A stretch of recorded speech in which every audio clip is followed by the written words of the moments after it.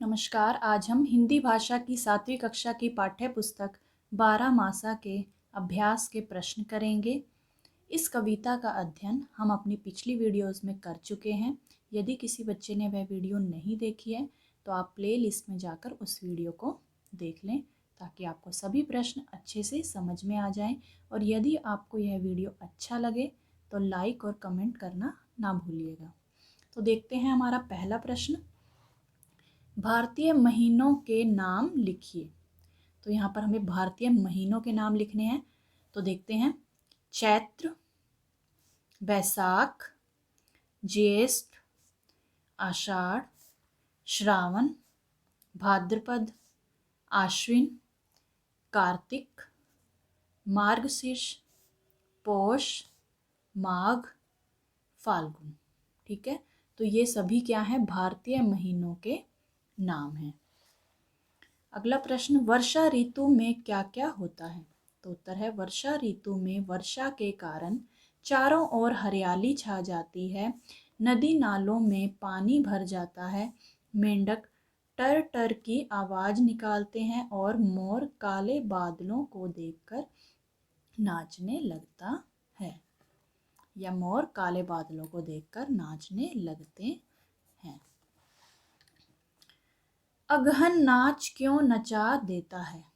अगहन, ये इसे मार्गशीर्ष भी कहते हैं, मार्गशीर्ष मास।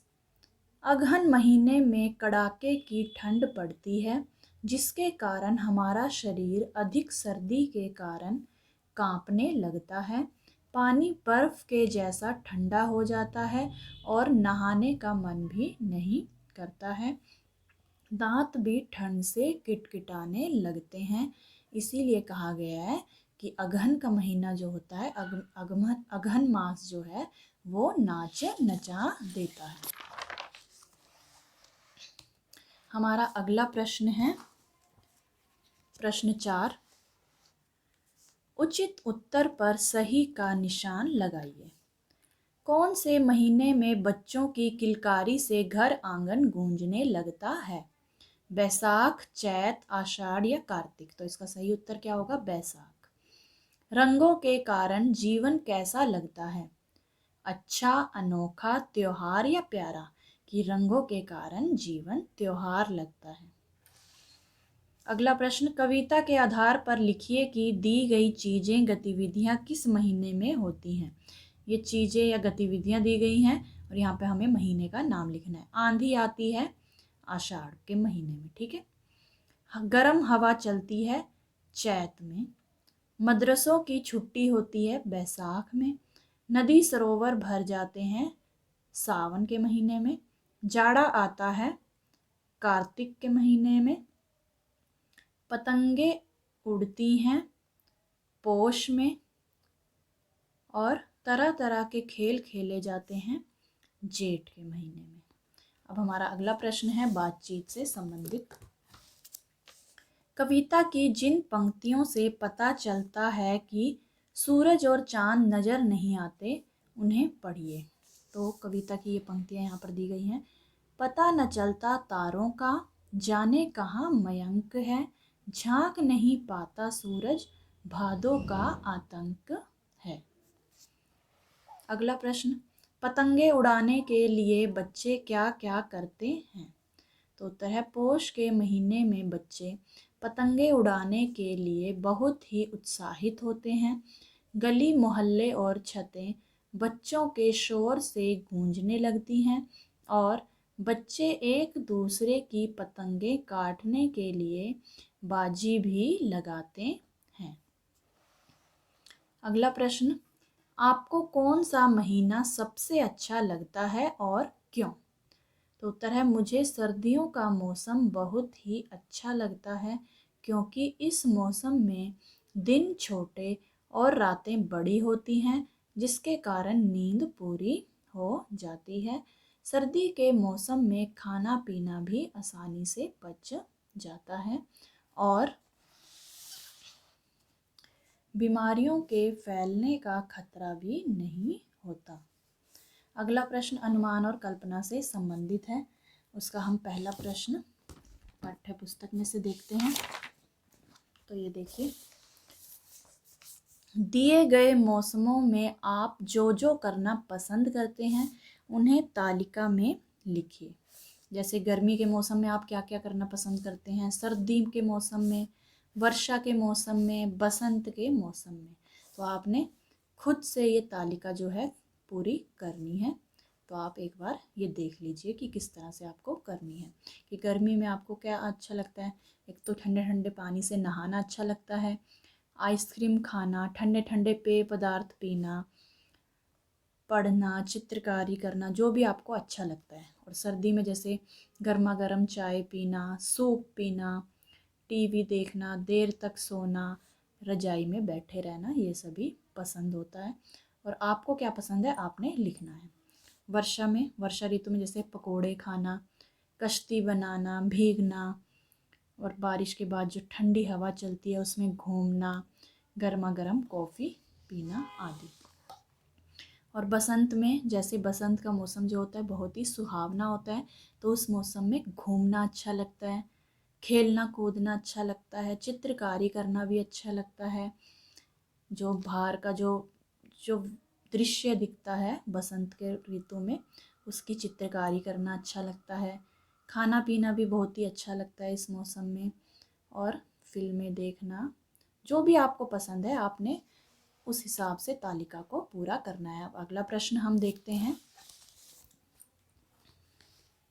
सभी ऋतुओं के नाम और प्रत्येक ऋतु में जिन वस्तुओं की बहुत आवश्यकता होती है उनके बारे में बताइए। अब यहाँ पर ऋतुओं के नाम दिए गए हैं कि ग्रीष्म ऋतु, इसमें किसकी आवश्यकता होती है, किस वस्तु की आवश्यकता होती है। इस ऋतु में हमें सूती वस्त्र व ठंडे जल की आवश्यकता होती है। वसंत ऋतु में पर्यटन में इस्तेमाल होने वाले सामानों की आवश्यकता, कि बसंत जब ऋतु आती है तो उसमें घूमना अच्छा लगता है, तो उसमें हमें घूमने के लिए जाने के लिए जो जो सामान चाहिए होता है उसकी आवश्यकता होती है। वर्षा ऋतु, बारिश से बचने के लिए बरसाती व छाते की आवश्यकता। शरद ऋतु, खेल कूद के सामानों की आवश्यकता। हेमंत ऋतु, खट्टे मीठे खाने की चीज़ों की आवश्यकता। शिशिर ऋतु, इस ऋतु में गर्म वस्त्रों की आवश्यकता। शिशिर ऋतु यहाँ पर सर्दी के ऋतु के बारे में बताया गया है। ठीक है, तो देखते हैं हमारा अगला प्रश्न। भारत ऋतुओं का देश है, इस विषय पर कक्षा में अपने विचार प्रस्तुत कीजिए। तो उत्तर है, भारत को ऋतुओं का देश कहा गया है क्योंकि इस विश्व में भारत ही एकमात्र ऐसा देश है जहाँ सभी प्रकार की ऋतुओं का आनंद लिया जा सकता है। इन ऋतुओं के साथ अनेक पर्व त्योहार भी जुड़े होते हैं, जिसके कारण इन ऋतुओं की शोभा कई गुना बढ़ जाती है। अगला प्रश्न है जीवन मूल्य से संबंधित। पहले हम ये कथन पढ़ते हैं, ये वाक्य। एक वर्ष में महीनों का क्रम बदलने से वातावरण बदल जाता है। एक वर्ष के 12 महीने अपनी अपनी विशेषता लिए आते हैं। तो अब प्रश्न देखते हैं। महीनों के बदलते क्रम से यह एहसास होता है कि परिवर्तन ही प्रकृति का नियम है। कैसे? तो इसका उत्तर है, परिवर्तन इस संसार का शाश्वत नियम है तथा महीनों के बदलते क्रम हमें इस बात का प्रमाण भी देते हैं। आज जो छोटा है वह कल बड़ा होगा और एक दिन उसका अंत भी होगा। यही प्रकृति का विधान है। इसी प्रकार का क्रम सृष्टि के आरंभ से लेकर अभी तक चलता आ रहा है। अगला प्रश्न, महीनों की पहचान की तरह अपनी पहचान बनाने के लिए क्या करना चाहिए? तो उत्तर है, महीनों की पहचान की तरह अपनी पहचान बनाने के लिए हमें अहंकार मुक्त होना पड़ेगा, मतलब कि घमंड को छोड़ना पड़ेगा।